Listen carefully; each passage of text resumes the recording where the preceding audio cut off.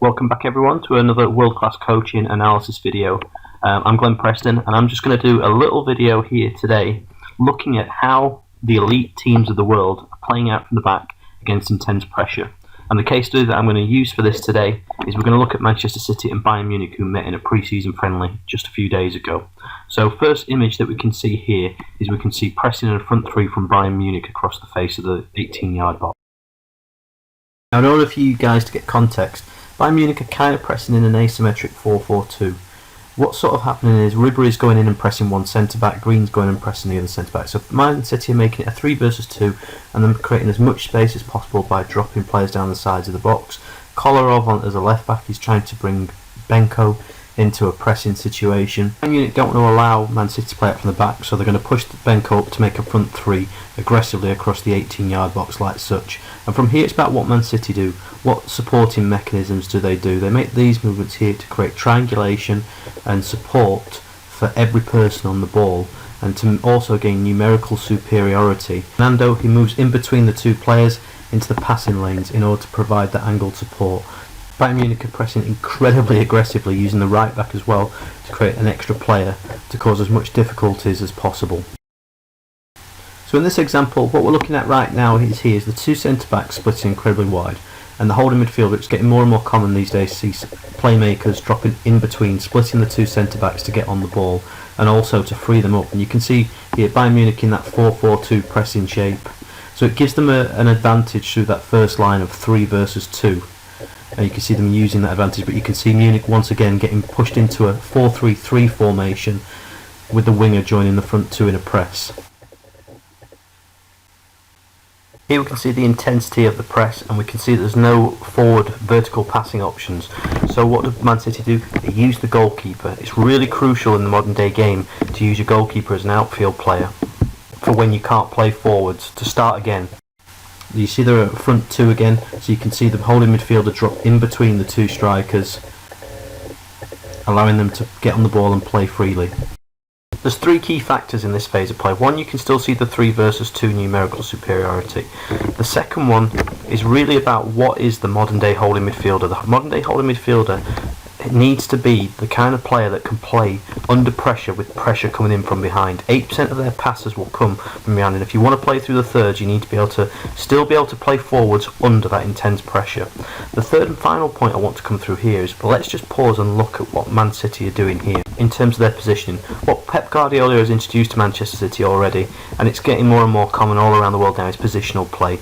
And that's the use of 5 vertical lanes, and what you try and do within that 5 vertical lanes in order to create a passing framework so that everything connects, nobody's isolated, is you try and have 2 players in every vertical lane. So if you look at the front players here, you can see there are players occupying all 4 to 5 vertical lanes, so that wherever the ball is on the pitch, there should always be a forward passing option. And then obviously the key then is to get different depths to try and break down the opposition's shape as much as possible. Naturally, at more advanced levels, players can interchange and rotate between the different lanes, and that's where an understanding and rehearsal comes from within coaching, because they will work on the training ground on this day in, day out, and so players will interchange between lanes and other players will instinctively react and know where to be because of it. I think this will illustrate my point perfectly. When I pause the video here, in pretty much all 5 vertical lanes, you can see that there are 2 people positioned. Now there's probably a player off camera that you can't see giving maximum width out on this right flank, but generally speaking there would be a player. If you look, the player on the ball can play out to the left, he can play into the left half space, he can play into the central lane, he can play into the right half space. He's got so many passing connections, and if I just highlight the player that's coming in here off the right flank, who's coming into a more central or half space position, he'll move into there and somebody else will move into the lane that he's vacated. So when he picks up the ball here in a central area now, somebody else is now in that half space position. So let's look at the shape again here. We can see the 2 holding midfielders here. They're playing sort of either side of a central lane of the football pitch. You can see the width, how wide the two centre-backs are spread, with the goalkeeper really acting as the third player within that. So you could say that first line consists of 3 players. The full-back on this side is positioned in a deep position. He's offering triangulation between the centre-back and the holding midfielder. Again, these are mechanisms designed to allow them to keep good ball retention against high intense pressure that Bayern Munich are trying to put onto them. I talked just a couple of minutes ago about having to try and get 2 players in each of the 5 vertical lanes in order to create passing connections.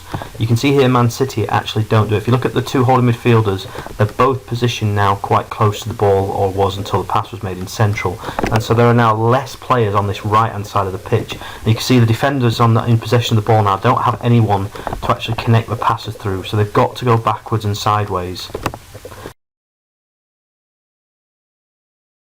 But as we look, they're pressing in a front 3, so Man City try and bring 4 players in there.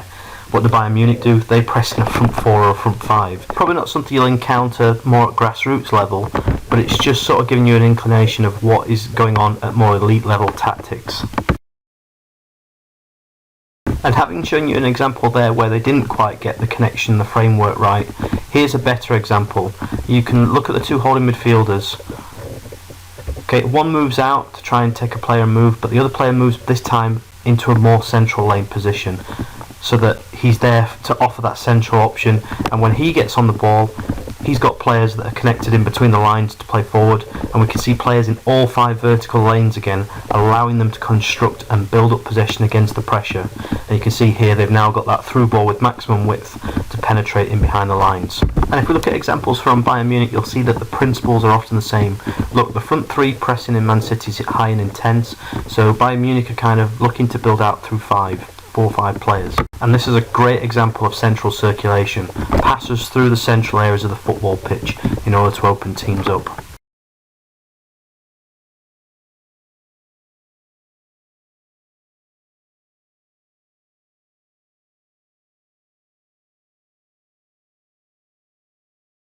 This session predominantly is looking at how to play out from the back against good pressure, but I think it'd be worthwhile just giving you a great example here of how to trap teams and where the modern game's going, and perhaps the genius of a coach like Pep Guardiola.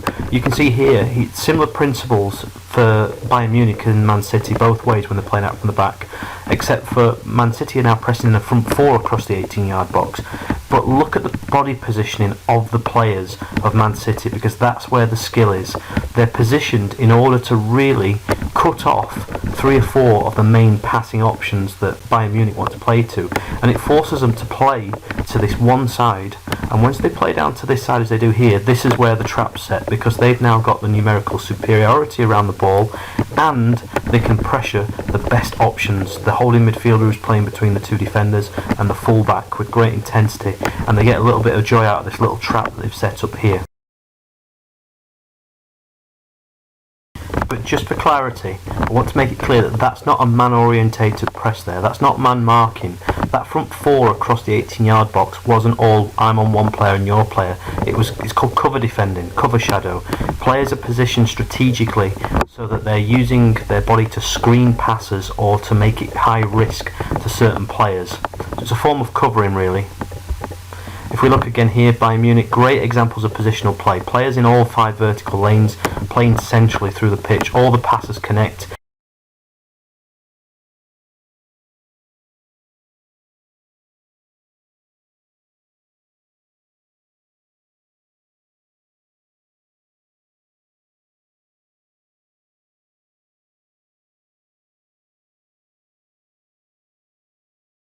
I think this is a fabulous example. You can see Martinez on the ball here, and I'm highlighting Xabi Alonso, who's positioned between 2 players, offering him a vertical passing option. Alonso's going to get pressed and recognises he's not going to get the ball, so what does he do? He moves out of his lane, allowing for a pass through that space that he's at where someone else in behind has moved into. A wonderful little bit of individual skill, and it creates what should have been a goal. So just to summarise, what we've looked at is numerical superiority when we're building up from play, 3 versus 2, 4 versus 3, the use of the goalkeeper, the use of the holding midfielder dropping in between the centre-backs when and as needed. We've looked at diamonds and triangles to support good possession. We've looked at positional play, whereby the idea is you have 2 players occupying each of the 5 vertical lanes, which means that you can always connect the passes. You've got a good passing framework, nobody ever gets isolated in possession. And central circulation, playing through the central zones of the football pitch where possible to create better quality of penetration and thus chances.